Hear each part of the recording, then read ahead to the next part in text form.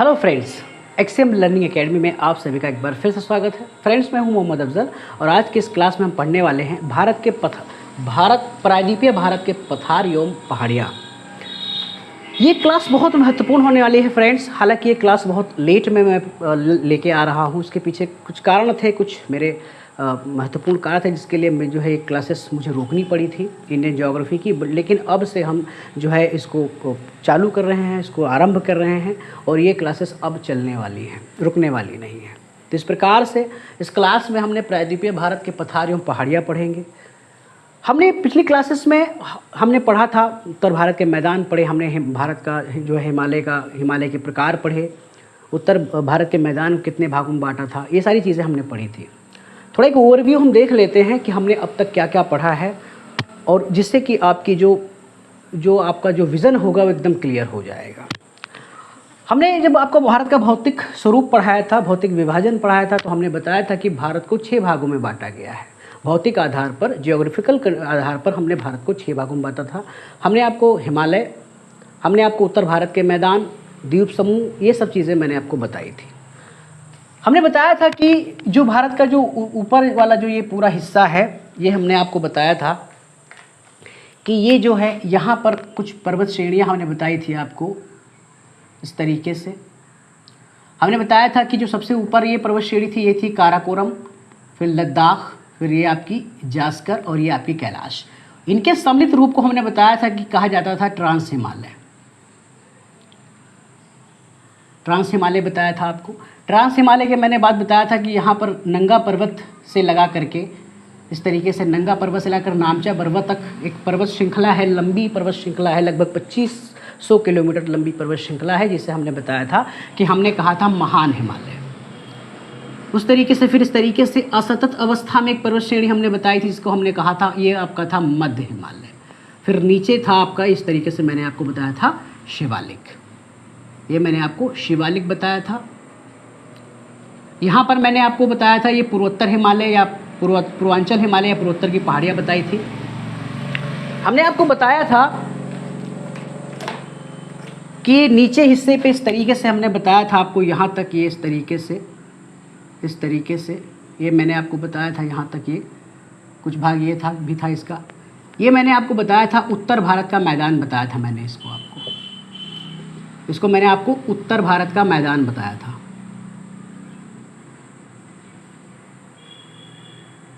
उत्तर भारत का मैदान बनाया था मैंने, ये सब चीज़ें मैंने बताई थी आपको। अब जो ये निचला हिस्सा बचता है, यानी यही हिस्सा है आपका प्रायद्वीपीय भारत। ये क्या है? प्रायद्वीपीय भारत, जिसे हम प्रायद्वीपीय पठार भी कहते हैं। तो ये क्या है, क्यों ये क्या है, इसको हम समझेंगे आगे हम बताएंगे आपको। ये आपका पूरा पश्चिमी घाट, यहाँ पर आपको पूरा पूर्वी घाट, ये आपको पश्चिमी घाट देखने को मिलेंगे। इसके आगे हम चर्चा करेंगे, पढ़ाएंगे आपको। ये आपका जो है पूर्वी घाट, फिर उस तरीके से पश्चिमी तट और पूर्वी तट, ये आगे हम पढ़ेंगे। तो कुछ इस तरीके से हमने इसको देखा था। हम समझते हैं कि क्या है प्रायद्वीपीय भारत, क्यों इसको जो है इतनी ज़्यादा है, इसके बारे में अक्सर हम पढ़ते हैं प्रायद्वीपीय भारत। तो प्रायद्वीप का मतलब तो आपको समझ में आता है कि 3 ओर से जल से घिरा हुआ, लेकिन प्रायद्वीपीय पठार या प्रायद्वीपीय भारत, इसको हम समझेंगे। तो सबसे पहले हम आरंभ से आरंभ करते हैं, यानी शुरुआत से शुरुआत करते हैं और शुरुआत से ही इसको समझने का प्रयास करते हैं। कैसे समझेंगे इसको देखते हैं हम यहाँ पर।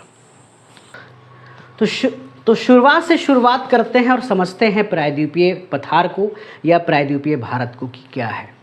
हमने अब पिछली क्लासेस में आपको बताया था कि जब हमने भारत के भौतिक स्वरूप को पढ़ाना स्टार्ट किया था, तो हमने बताया था आपको कि जो हमारी पूरी पृथ्वी है, आज जो इस पूरी पृथ्वी पर जो 7 कॉन्टिनेंट फैले हुए हैं, 7 क्या कह लीजिए, एक 8वां कॉन्टिनेंट भी बन रहा है। प्रायद्वीप जो अफ्रीका का भाग है वो चटक रहा है 20 से, यानी 20 में एक 8वें प्रायद्वीप की जो है एक 8वें महाद्वीप की भी उत्पत्ति हो रही है। लेकिन एक लंबा समय जाएगा, एक बहुत लंबा प्रोसीजर होगा, उसके बाद वो अस्तित्व में आएगा। तो हमने बताया था आपको कि पूरी पृथ्वी थी, हमने बताया था कि ये हमारी पृथ्वी थी, ठीक। तो आज से लगभग कई हज़ार साल पहले हमारी पृथ्वी पर जो आज वर्तमान में जो 7 कॉन्टिनेंट फैले हुए हैं, वो सारे कॉन्टिनेंट आपस में जुड़े हुए थे। यानी वो उनका तब विस्थापन नहीं हुआ था, वो आपस में जुड़े हुए थे। यानी वो सारे जो कॉन्टिनेंट थे, these are connecting for each other. ये सारे कॉन्टिनेंट जुड़े हुए थे। इस तरीके से आप देख रहे हो इसको, ये। और उस समस्त जो भाग था उसे हमने नाम दिया था पैंजिया। क्या नाम दिया था उसको? उसका हमें नाम दिया था पैंजिया। पैंजिया, ठीक। इसमें जो 7 कॉन्टिनेंट बटे हुए हैं वो सब एक थे, जिसका हमने नाम दिया था पैंजिया। और जो इसके अगल बगल का जो ये जलीय क्षेत्र था, पूरा एक बहुत बड़ा विशाल सागर था, एक बहुत विशाल सागर, जलीय सागर था, जिसे हमने कहा था पैंथालासा। पैंथालासा, पैंथालासा का मतलब होता है सभी समुद्र। इस शब्द का जो अर्थ होता है वो होता है सभी समुद्र, ठीक। तो बीच में एक पेंजिया था और उसके अगल बगल क्या था? एक अंधकारमय, एक बहुत बड़ा विशाल जो है सागर था, जिसका नाम था पैंथालासा। इस पैंथालासा में उस टाइम पे भी बहुत सारे जलीय जीव विद्यमान थे, जैसे कि शार्क, व्हेल। उन जीवों के भी अंश थे, यानी वो जीव वहाँ पर रहते थे। ये वैज्ञानिक इस बात की पुष्टि कर चुके हैं, रहते थे। और क्या हुआ था कि आज वर्तमान में अगर आज आपको जानकर ये बहुत विस्मय होगा, एक आपको आश्चर्य होगा कि पैंथालासा आज भी है, वर्तमान में भी पैंथालासा हमें देखने को मिलता है। प्रशांत महासागर जो है वो पैंथालासा का ही बचा हुआ भाग है। ये एक पॉइंट आप नोट कर लीजिए कि जो प्रशांत महासागर इतना बड़ा विशाल महासागर है, उसका वो हिस्सा है पैंथालासा का। पेंजिया की बात करते हैं तो जो पेंजिया पहले इकट्ठा हुआ था, बाद में इसमें अल्फ्रेड वेगनर ने महोदय ने बताया किस प्रकार इसका जो है विस्थापन हुआ, महाद्वीप टूटे और इस तरीके से एक दूसरे की मतलब उत्तर की ओर दक्षिण की ओर विस्थापित हुए। तो उस पेंजिया में जब वो विस्थापित नहीं हुई थी, उस पेंजिया में उस टाइम पे भी कई प्रकार के पेड़ पौधे और जो है उसमें कई प्रकार के जानवर पाए जाते थे, जिसमें कि डायनासोर्स भी शामिल थे। डायनासोर आपने सुना होगा, एक प्रकार का, उसको तो अभी हॉलीवुड फिल्मों में आपने देखा होगा, एक विशालकाय जानवर होता है जो बहुत विशाल होता है और उसमें कई प्रकार की उसकी प्रजातियां होती हैं, जो कि आपने देखा होगा। आप उन हॉलीवुड फिल्मों को देख करके आप कल्पना करते होंगे और डर जाते होंगे कि क्या अगर काश ये आज होते तो हम कहाँ होते, यानी ये हमें खा जाते।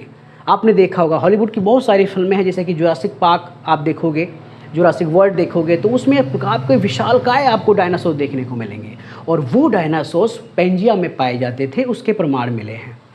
तो इस प्रकार से ये आपने देखा पैंथालासा और पेंजिया। अल्फ्रेड वेगनर ने कहा कि इस पेंजिया का विखंडन होना स्टार्ट किया। उन्होंने कुछ कारण बताए, जो कारण वो सिद्ध नहीं कर पाए, लेकिन कुछ कारणों से ये जो पेंजिया था, हम आ रहे हैं, ये कहानी जो आप सुन रहे हो, ये कहानी एक बहुत आधार है, आगे हम आएंगे प्रायद्वीपीय पठार के ऊपर। लेकिन अभी आप सोचोगे सर कि आप आगे इसको क्या है, लेकिन वो हम आएंगे उसके ऊपर कि क्या कहानी है। लेकिन हम समझेंगे इसमें कि इसका जो विखंडन हुआ, पेंजिया का विखंडन हुआ,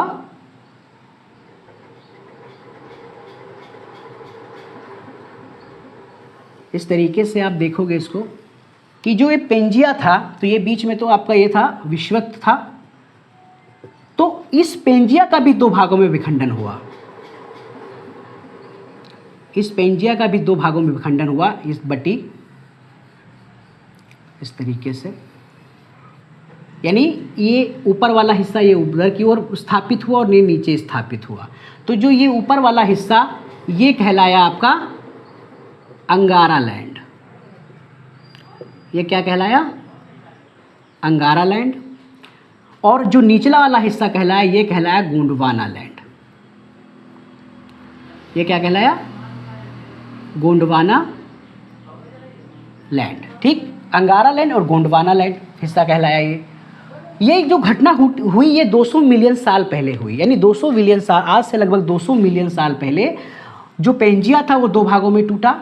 एक बन गया आपका अंगारा लैंड और दूसरा बना गोंडवाना लैंड। अगले चित्र में हम समझेंगे कि इसमें भी विस्थापन हुआ और ये भी जो बीच के ये जो हिस्से हैं ये भी टूटे। इसको हम समझेंगे यहाँ भी समझेंगे हम अगले चित्र की सहायता से। तो हमने अब तक देखा कि किस प्रकार से आज से लगभग 200 मिलियन साल पहले जो ये पेंजिया था ये दो भागों में टूटा। ऊपर वाला हिस्सा बन गया अंगारा लैंड और नीचे वाला हिस्सा बना गोंडवाना लैंड। ये चित्र में हमने समझा, ये पहला चित्र, ये चित्र 2। तीसरे चित्र में हम समझते हैं कि इसमें गोंडवाना लैंड में भी अंगारा लैंड में भी जो है विस्थापन हुआ और ये भी कई भागों में टूटा। समझते हैं इसको। इस तरीके से आप देखोगे कि ये आपका वही विषुवत वृत्त है। क्या हुआ कि जो गोंडवाना ऊपर वाला जो अंगारा लैंड था वो भी कई हिस्सों में टूटा। इस तरीके से आप इसको देखोगे, एक हिस्सा में इस तरीके से टूटा, इस तरीके से। ये आपका उत्तरी अमेरिका में टूटा और उसके बाद फिर इस तरीके से एक हिस्सा इस तरीके से, ये हिस्सा ये टूटा आपका यूरेशिया। फिर यहाँ पर आपका इस तरीके से आपका ये ग्रीनलैंड, इस तरीके से ऊपर वाला हिस्सा ग्रीनलैंड। तो ये उत्तरी अमेरिका और यूरेशिया ये टूटा। नीचे जो अंगारा लैंड टूटा और जो नीचे गोंडवाना लैंड था ये भी जो है कई हिस्से में टूटा। इसको हम समझते हैं यहाँ पर। एक हिस्सा ये टूटा आपका इस तरीके से, ये आपका उत्तरी अमेरिका, फिर इस तरीके से आपका ये अफ्रीका, इस तरीके से, फिर नीचे आपका ये अंटार्कटिका। और उसी तरीके से इसमें से भी एक हिस्सा ये टूटा, ये वाला हिस्सा कोने में टूटा जो आज वर्तमान में भारत है। तो ये भारतीय हिस्सा टूटा और जब ये और आगे इसको हम समझते हैं, ये आगे हिस्सा टूटा और इसमें फिर इस तरीके से यहाँ पर आपका एक ऑस्ट्रेलिया टूट के अलग हुआ। आगे के चित्र में इसको हम समझने का प्रयास करते हैं। ये हम मिटा देते हैं इसको। तो अगले चित्र में हम समझते हैं इसको इस तरीके से।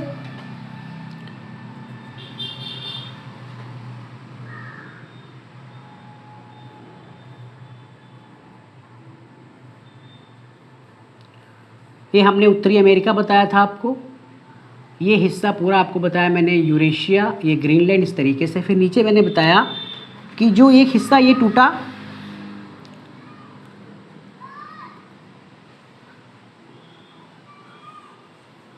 ये उत्तरी, ये आपका दक्षिणी अमेरिका,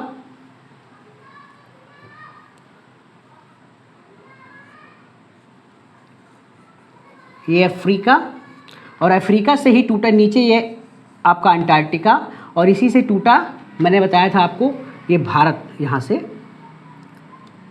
ऐसे ये भारत टूटा और ये इस तरीके से ये इधर की ओर मूव हुआ और फिर जब आगे ये मूव हुआ तो इससे टूट करके एक हिस्सा अलग यहाँ पर हो गया मेडागास्कर और यहीं पर एक हिस्सा टूट कर इससे अलग हुआ ऑस्ट्रेलिया।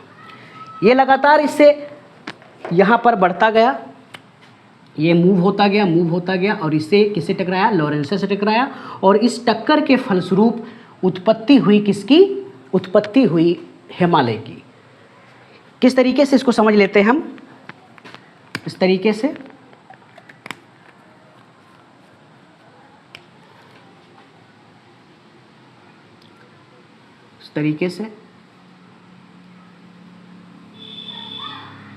इस तरीके से मान लीजिए ये आपका प्रायद्वीपीय भारत है,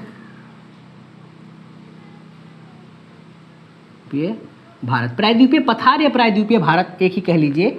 और ये आपका लॉरेंशिया वाला भाग है, ये क्या है, लॉरेंशिया। तो जब ये इससे टकराया तो इसके टकराने के फलस्वरूप बने विशाल माउंटेन्स जिन्हें हम कहते हैं हिमालयास। तो क्या बने, हिमालयस बने। हिमालयस बनने के बाद एक कुछ हिस्सा यहाँ से जो नदियाँ इधर से प्रवाहित होती थी, कुछ नदियाँ इधर से प्रवाहित होती थी और कुछ नदियाँ हिमालय के बनने के बाद उधर से भी प्रवाहित होती थी। तो उन नदियों के द्वारा जो सेंडिमेंट्स लाती थी नदियाँ, तो उन्हीं सेंडिमेंट्स के जमाव से यहाँ बना आपका उत्तर भारत का मैदान। ये क्या बन गया आपका? ये मैदान बन गया। तो कुछ इस प्रकार से आपने जाना कि भारत का जो आप ये हिस्सा देख पा रहे हो आज, ये हिस्सा, ये जो हिस्सा आप देख पा रहे हो, मैप बना के आपको समझा देते हैं हम।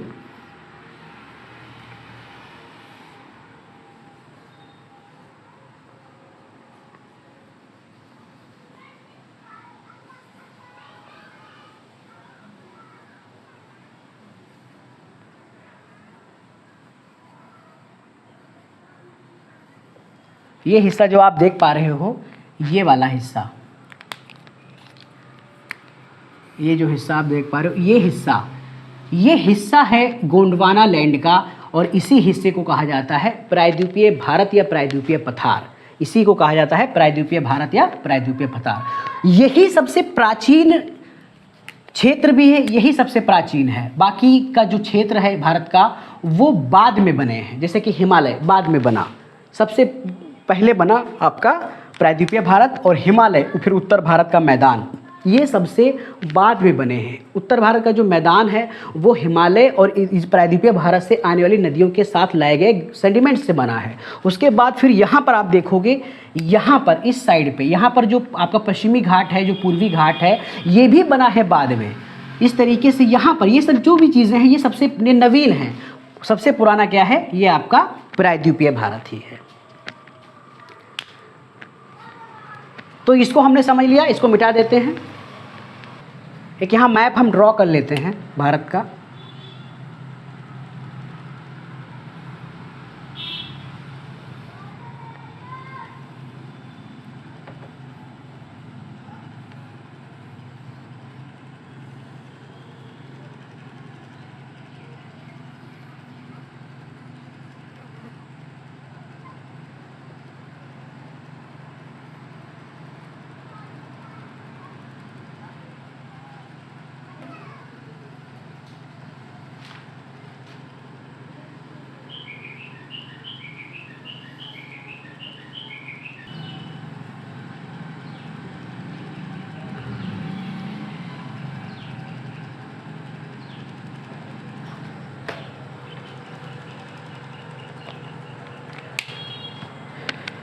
तो इतने ही मैप से हमारा काम चल जाएगा।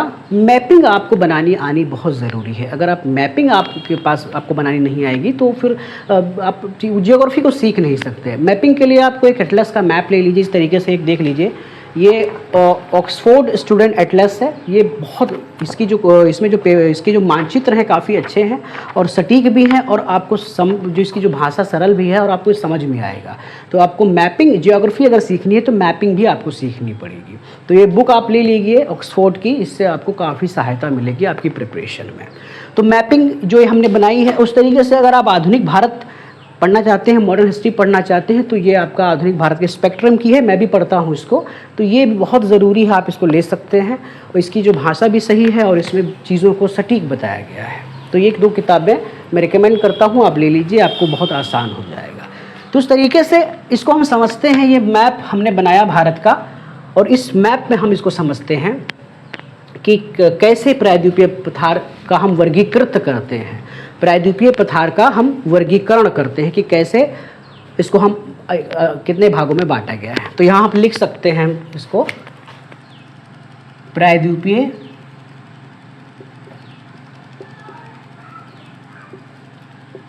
पठार का वर्गीकरण। ठीक है, प्रायद्वीपीय पठार का वर्गीकरण हम समझते हैं। देखिए मैप आप देखोगे तो यहाँ पर बीच में ही एक भ्रंश है, यहीं पर एक भ्रंश आपको देखने को मिलेगा। एक भ्रंश हमें यहाँ पर देखने को मिलता है और इसी भ्रंश में बहती है नर्मदा नदी। तो इस भ्रंश को कहते हैं नर्मदा भ्रंश, नर्मदा भ्रंश, इसको कहते हैं नर्मदा भ्रंश कहते हैं हम।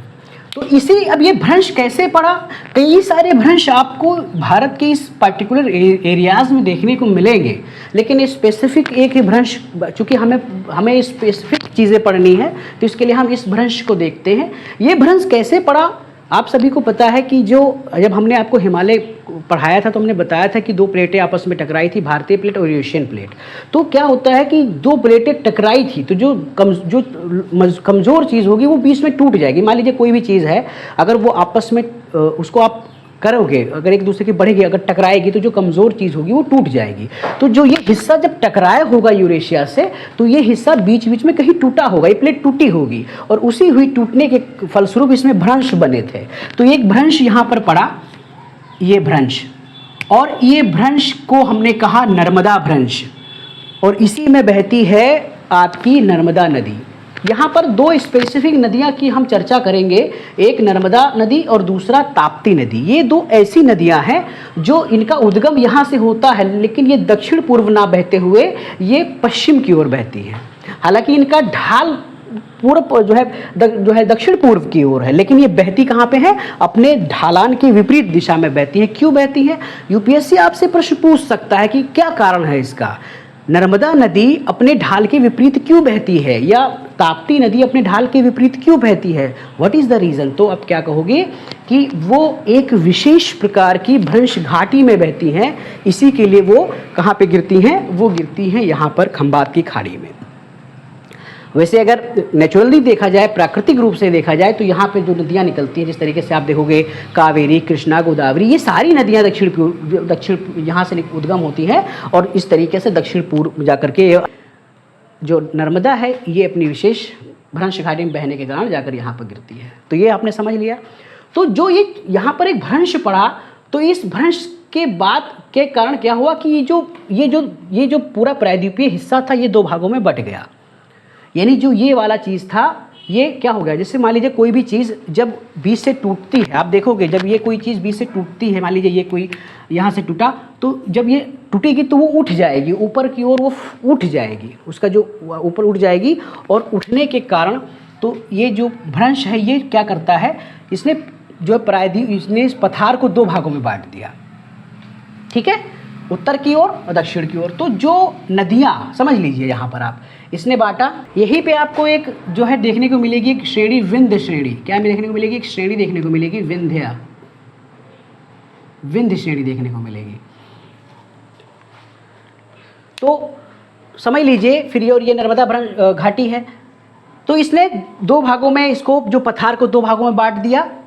तो जो उत्तर का ढाल है तो वो इधर इस ओर है, इसके यानी विंध्य के ऊपर का जो नदियाँ जो होगी वो जाकर कहाँ गिरेंगी, वो गंगा में गिरेंगी, इनका ऊपर है उत्तर की ओर। और जो विंध्य के नीचे यानी जो यहाँ की जो नदियाँ हैं उनका जो है वो इधर की ओर जाएंगी, कहाँ जाएंगी, दक्षिण पूर्व की ओर नदियाँ बहेंगी। तो ये चीज़ें आपने यहाँ पर जान ली। इस तरीके से आप देखोगे कि उत्तर की ओर जो नदियाँ यहाँ निकलती हैं, जैसे कि केन, सोन, बेतवा, ये सारी नदियाँ जाकर गंगा में गिरती हैं, और यहाँ से जो कृष्णा, गोदावरी, ये कावेरी, ये सारी जो नदियाँ निकलती हैं वो जाकर अरब सागर में। तो इतना आपने समझ लिया। अब हम जो है वर्गीकरण की ओर बढ़ते हैं और एक एक जो है पार्टिकुलर चीज़ को बताते जाते हैं और उसको आप नोट डाउन करते जाइए। इसको हम मिटा देते हैं।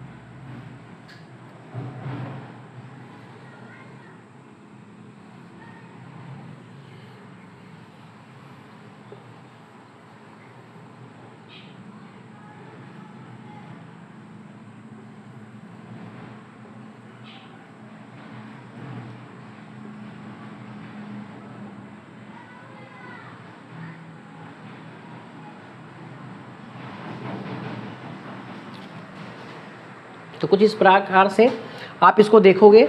इसमें हम कुछ चीज़ें समझते हैं, इसमें थोड़ा सा, इसमें हम यहाँ तक देखेंगे। यहाँ पर ये गुजरात के स्टार्ट, यहाँ से ही एक पर्वत श्रेणी जो गुजरात के पालनपुर से निकलती है, एक यहाँ पर जो दिल्ली तक जाती है, इसके हमने नाम दिया था अरावली। आरावली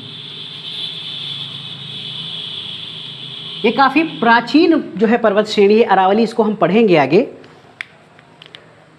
हमने यहाँ नीचे पढ़ा था एक पर्वत श्रेणी, हमने यहाँ नीचे पढ़ी थी, ये क्या पढ़ी थी हमने अभी पढ़ी थी, इसको हमने नाम दिया था विंध्य। विंध्य विंध्य हमने पढ़ा था।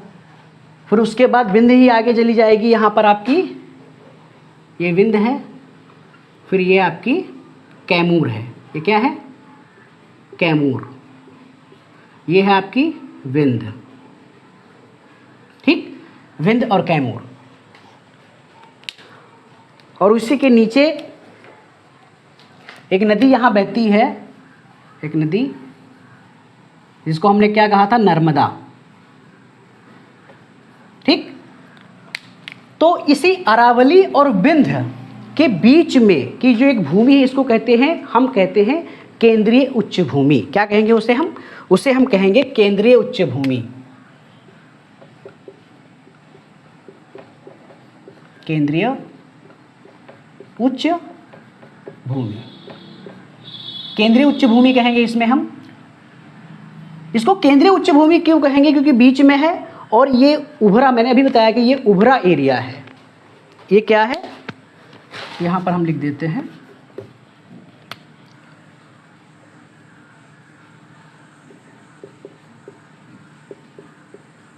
केंद्रीय उच्च भूमि।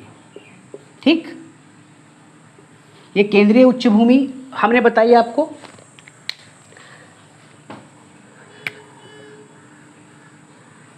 उभरा हुआ एरिया है और बीच में है, इसी के लिए इसको हम क्या कहेंगे? इसको हम केंद्रीय उच्च भूमि कहते हैं। अब इन्हीं अरावली और जो है विंध्य के बीच में ही हमें देखने को मिलेंगे पठार। उसको हम पढ़ेंगे यहाँ पर देखेंगे। देखिए यहाँ पर ही हमें एक देखने को मिलेगा,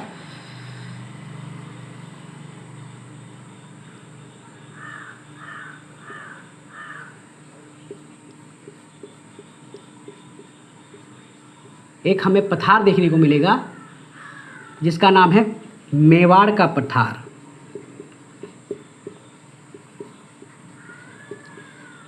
प्लेटू ऑफ मेवाड़ पठार। इसके ऊपर हम यहां देखेंगे, यहां पर हम देखेंगे, यहां पर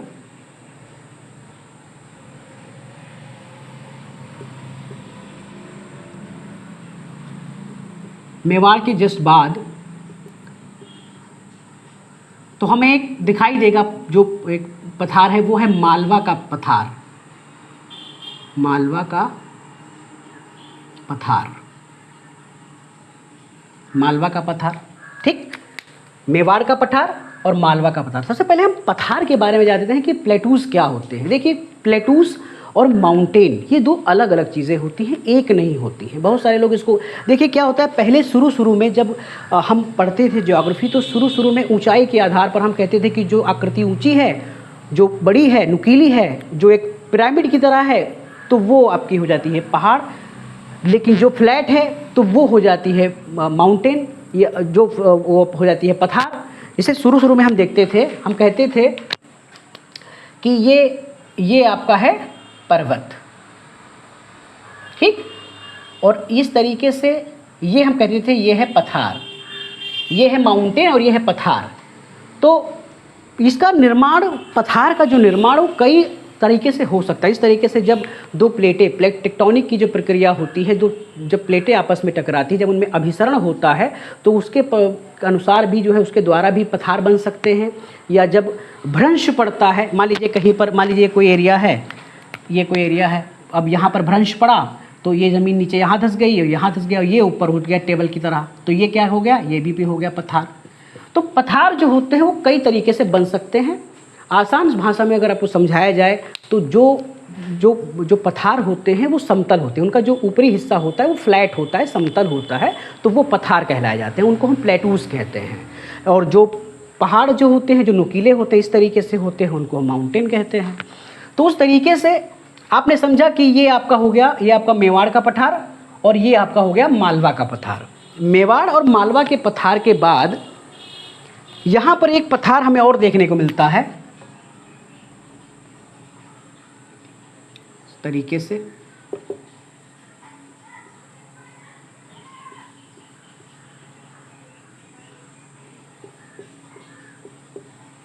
इसे हम कहते हैं बुंदेलखंड का पठार।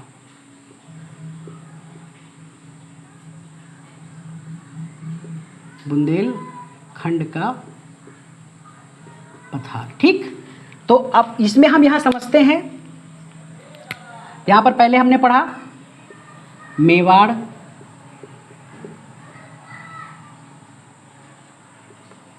मेवाड़ पठार, दूसरा मालवा, मालवा।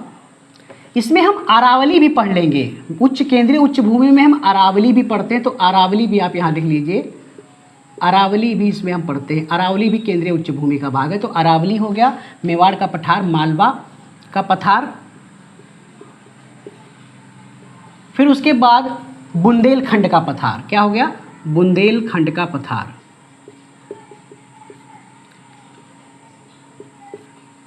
बुंदेलखंड का पठार हो गया, ठीक। ये सब चीज़ें जो हो गई, तो ये हो गई आपकी केंद्रीय उच्च भूमि में। इसमें अरावली, इसमें पहला हो गया अरावली, मेवाड़ का पठार, मालवा का पठार, बुंदेलखंड का पठार। तो ये सब चीज़ें हो गई केंद्रीय उच्च भूमि में हो। अब हम पूर्वी पठार की बात करते हैं। पूर्वी, देखिए पठारों को हम दो भागों में बांटेंगे, एक केंद्रीय उच्च भूमि और पूर्वी पठार। देखिए कहीं कहीं किताबों में आपको ये पूरा एरिया यहाँ तक कि केंद्रीय उच्च भूमि में आ जाता है, लेकिन हम इसको एक आपको बेहतर समझ में, आपकी बेहतर अंडरस्टैंडिंग बन जाए, इसके लिए इसको हम बांट के पढ़ते हैं, जिसमें आपको चीज़ें आसानी समझ में आ जाएंगी। तो ये आपने पढ़ लिया इसको, केंद्रीय उच्च भूमि में अरावली, मेवाड़ का पठार, मालवा का पठार, बुंदेलखंड का पठार। तो ये सब केंद्र भूमि में हमने पढ़ लिया। अब इसको हम थोड़ा बांट के पढ़ते हैं पूर्वी पठार के रूप में। पहला ये हमारा हो गया केंद्रीय उच्च भूमि और दूसरा हो गया पूर्वी पठार, ठीक। तो पूर्वी पठार में हम क्या क्या पढ़ेंगे वो देख लीजिए। देखिए पूर्वी पठार में बुंदेलखंड के बाद यहाँ पर पूर्वी पठार क्यों कहा गया? क्योंकि ये पूर्व में स्थित है, इसके लिए इसको पूर्वी पठार कहा गया। तो जब हम यहाँ पर बढ़ेंगे इसकी ओर, तो हमें एक छोटा सा हिस्सा और यहाँ देखने को मिलेगा, ये इसे कहेंगे बघेलखंड का पठार। बघेलखंड का पठार, ठीक। बघेलखंड का पठार है ये आता है, कहाँ पर आता है? तो ये आता है आपका जो है पूर्वी पठार में आता है, बघेलखंड का पठार। देखिए इसमें केंद्रीय उच्च भूमि में हम विंध्य को भी ले लेते हैं, इसमें विंध्य श्रेणी भी ले लेते हैं। इसमें हमने बुंदेलखंड का भी लिया और इसमें हम विंध्य श्रेणी भी ले लेते हैं, विंध्य भी आ जाता है, विंध्य श्रेणी भी केंद्रीय उच्च भूमि में आता है। तो पूर्वी पठार क्यों बढ़ते हैं? तो पूर्वी पठार में पहला है आपका बघेलखंड का पठार, बघेलखंड का पठार। ये आपका है बघेलखंड का पठार, ये आपका पूर्वी में आता है। नीचे उसकी ओर आगे हम बढ़ते हैं तो यहीं पर हमें छोटी पहाड़ियाँ देखने को मिलेंगी, जिन्हें हम कहते हैं राजमहल की पहाड़ियाँ। राजमहल की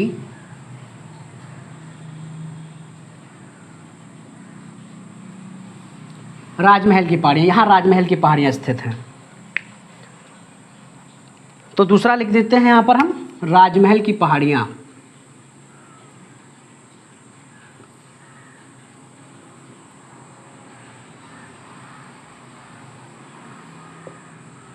राजमहल की पहाड़ियाँ, राजमहल की पहाड़ियाँ के नीचे जब हम आएंगे यहाँ पर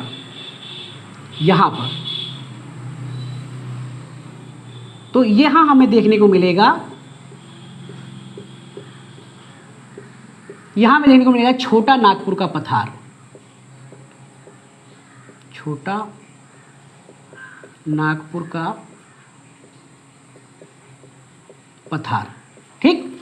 छोटा नागपुर का पठार, छोटा नागपुर का पठार कई सारी चीज़ों के लिए बहुत महत्वपूर्ण भी है। यहाँ पर खनिज संपदा, यहाँ से निकलने वाली नदियाँ बहुत महत्वपूर्ण। आगे जब हम पढ़ेंगे इसको, ये तो सिर्फ आपको एक इंट्रोडक्शन बता रहे हैं हम। आगे क्लासेस में हम बराबर जो है मेवाड़ का पठार, मालवा का पठार, बुंदेलखंड का पठार, एक एक पठार को हम बहुत डीपली आपको बताएंगे। ये सिर्फ एक इंट्रोडक्शन बता रहे हैं आपको कि कहाँ किसकी लोकेशन कहाँ पर है। ये लोकेशन अगर आपके माइंड में बैठ गई तो आप चीज़ों को फटाक से आप कल्पना कर लोगे और उसको आप जान। यहाँ नीचे ही आपको एक पहाड़ियाँ देखने को मिलेंगी, यहाँ नीचे, जिन्हें कहते हैं गड़जात की पहाड़ियाँ। गड़जात की पहाड़ियाँ। तो इसमें जो अगला स्टेप इसका पॉइंट हो जाएगा वो हो जाएगा गड़जात की पहाड़ियाँ।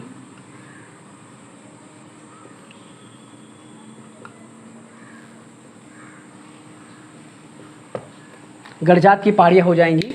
नीचे हम आएंगे यहाँ पर, तो हमें यहाँ पर देखने को मिलेगा महानदी बेसिन। ये क्या है? ये है महानदी बेसिन।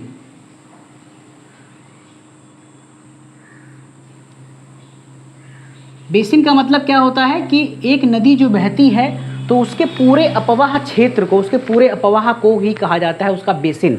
तो जो महानदी बेसिन है, इसका यहाँ महानदी बेसिन है और इसके अगल बगल की जो नदियाँ हैं उनके पूरे सम्मिलित रूप को हमने बेसिन कहा है। तो महानदी बेसिन है। यही छोटा नागपुर और महानदी बेसिन के पास में एक आपको पहाड़ी देखने को मिलेगी। यहाँ पर एक पहाड़ी स्थित है, मलयगिरी। मलयगिरी एक पहाड़ी है जिसकी ऊंचाई है 1187 मीटर इसकी ऊंचाई है मलयगिरी, जो यहाँ पर आपकी छोटा नागपुर और या बेसिन के बेस में यहीं पर ही जो है गड़जात की पहाड़ियाँ के ऊपर ही जो है स्थित है ये यहाँ पर। महानदी बेसिन के नीचे जब हम आएंगे तो हमें यहाँ पर जो है, तो यहाँ पे हमें दंडकारण्य पठार देखने को मिलता है। एक पठार हमें देखने को यहाँ पर मिलेगा। यहाँ एक पठार हमें देखने को मिलेगा।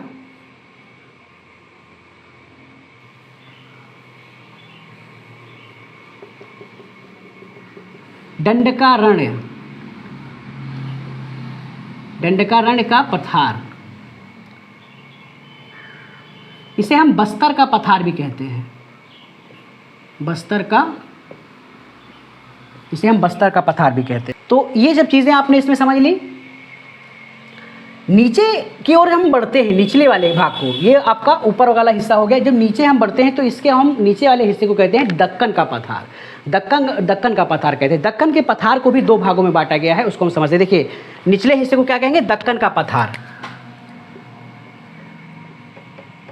दक्कन का पठार। दक्कन के पठार को दो भागों में बांटा गया है। कौन कौन सा? उत्तरी दक्कन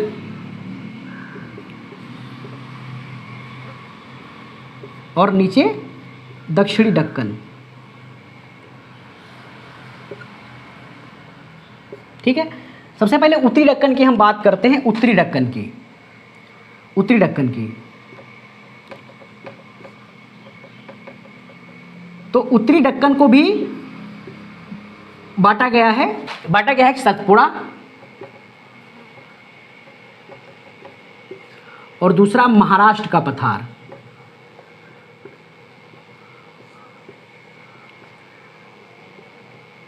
ठीक है, यहाँ पर ये आपको देखने को मिलेंगे, एक पर्वत आपको जो है देखने को मिलेंगी। इनको कहते हैं सतपुड़ा, इन्हें कहते हैं मैकाल। ठीक है, सतपुड़ा मैकाल। तो सतपुड़ा और मैकाल, और इन्हीं के इधर से ही एक नदी आके यहाँ से बहती है इस तरीके से, जिसको कहते हैं ताप्ती। क्या कहेंगे उसे कहेंगे ताप्ती। तो उसी तरीके से सतपुड़ा और महाराष्ट्र का पठार। तो उत्तरी दक्कन में क्या है? सतपुड़ा और महाराष्ट्र का पठार। महाराष्ट्र का पठार कहाँ पे है बता दें आपको। ये है आपका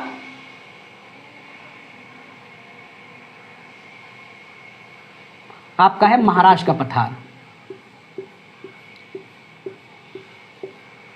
महाराष्ट्र के पठार को हम डीपली पढ़ेंगे आगे, आपको एक एक चीज़ें इसमें बताएंगे। अभी तो सिर्फ रफली आपको बताया जा रहा है, आगे जब हम पढ़ेंगे इसमें तो आपको एक एक चीज़ इसमें जो है बताया जाएगा। तो इस तरीके से ये आपका हो गया उत्तरी दक्कन में हो गया सतपुड़ा और जो है महाराष्ट्र का पठार। दक्षिण दक्कन की बात करें हम, दक्षिणी दक्कन की बात करें तो इसको भी दो भागों में बांटा गया है। पहला इसका इसमें है आपका कर्नाटक का पठार। क्या है? कर्नाटक का पठार,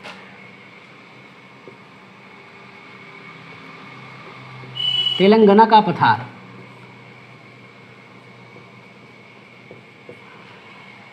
कर्नाटक का पठार कहाँ पे है वो आप देख लीजिए।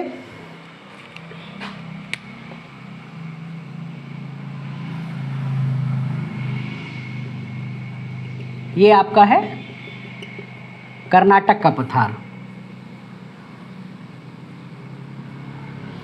कर्नाटक पठार। और यहां पर है आपका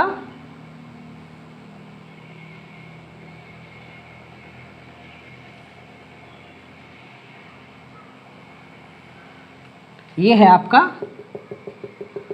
तेलंगाना का पठार, तेलंगाना का पठार।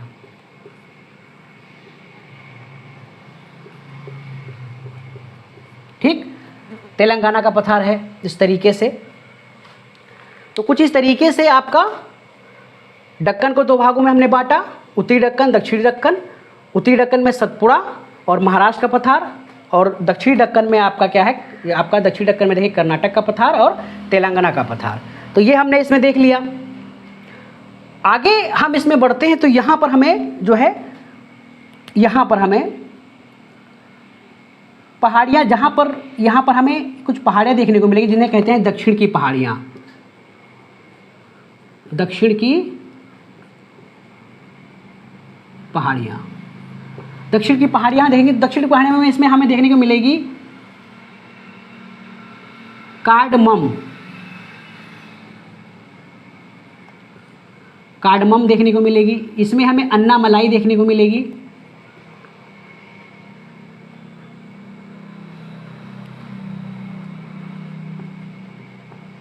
कार्डमम को इलायची भी कहा जाता है, इलायची पहाड़ियाँ।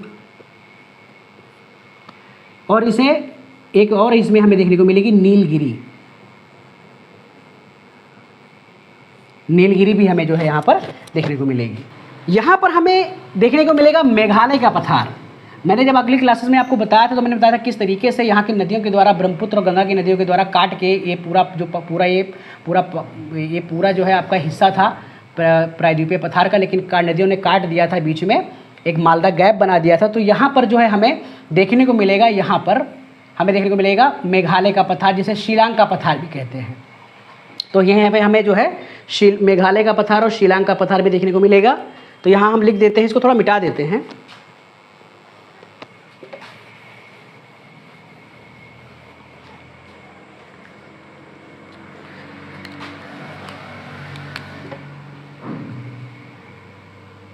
मेघालय मिकिर, ठीक है। तो ये मेघालय मिकिर का है, तो यहाँ पर हमें मिकिर, शिलांग का पठार,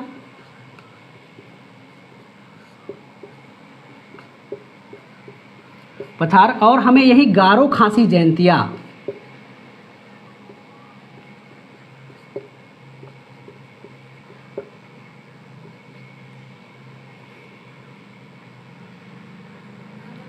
गारो खासी जयंतिया यहीं पर ही स्थित है। गारो खासी जयंतिया ये भी हमें देखने को मिलेंगी। हम जब नीचे की ओर देखते हैं, यहाँ पर हमें भी एक चीज़ और पढ़ने को मिलेगी। यहाँ पर हमें एक चीज़ पढ़ने को मिलेगी। यहाँ पर एक ये पूरा एरिया, इसे हमने कहा था पश्चिमी घाट। इसको हम पढ़ेंगे आगे, इसको पश्चिमी घाट। और यहाँ पर असतत अवस्था में फैला हुआ है एक पर्वत श्रेणी है, इसको कहते हैं हम पूर्वी घाट, पूर्वी घाट, ठीक है। तो हम यहाँ पर जो है पश्चिमी घाट पढ़ेंगे,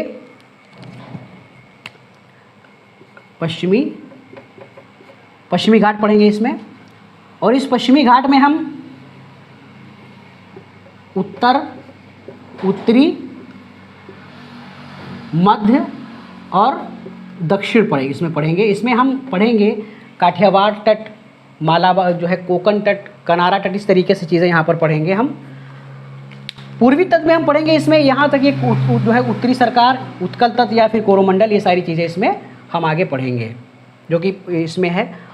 इस पर यहीं पर ही यहाँ पर आप देखोगे इधर इस यहाँ पर ही हम पढ़ेंगे पश्चिमी तट, पश्चिमी तटीय मैदान पढ़ेंगे, और यहाँ पर भी हम पूर्वी तटीय मैदान पढ़ेंगे। आगे क्लासेस में इसको बेहतर तरीके से जो है समझाने का प्रयास इसमें किया जाएगा। तो फ्रेंड्स, आज की क्लास में इतना ही। आज हमने जो है इसमें प्रायद्वीपीय भारत को पढ़ा है। मुझे आशा है कि क्लास बहुत अच्छी लगी होगी आपको, और आपने एक एक पॉइंट को बेहतर तरीके से समझा होगा। अगली क्लासेस में हम जिस तरीके से हमने कहा है कि इस पूरे प्रायद्वीपीय पठार का जो ये पूरा इसमें पॉइंट है, एक एक पॉइंट को आपको समझाने का प्रयास किया जाएगा, कि पॉइंट आपको बताया जाएगा। और अभी तक हमने सिर्फ आपको एक छोटा सा जो है आपको एक छोटी सी चीज़ें इसमें बताई हैं, और आगे एक एक चीज़ों को हम बहुत पॉइंट से पढ़ाएंगे। इस तरीके से आपका मेवाड़ का पठार, मालवा का पठार, एक एक चीज़ें, उनकी सारी भौगोलिक जियोग्राफिकल उनकी जो है विशेषताएं हैं, उनमें क्या क्या मिलता है, उनमें क्या खनिज मिलता है, क्या क्या जो है हमारे भारत में मतलब क्या चीज़ें महत्वपूर्ण है, सारी चीज़ें इसमें आपको बताई जाएंगी। तो आज की क्लास में बस इतना ही। मिलते हैं किसी अगली बेहतर क्लास में, तब तक के लिए धन्यवाद। जय हिंद।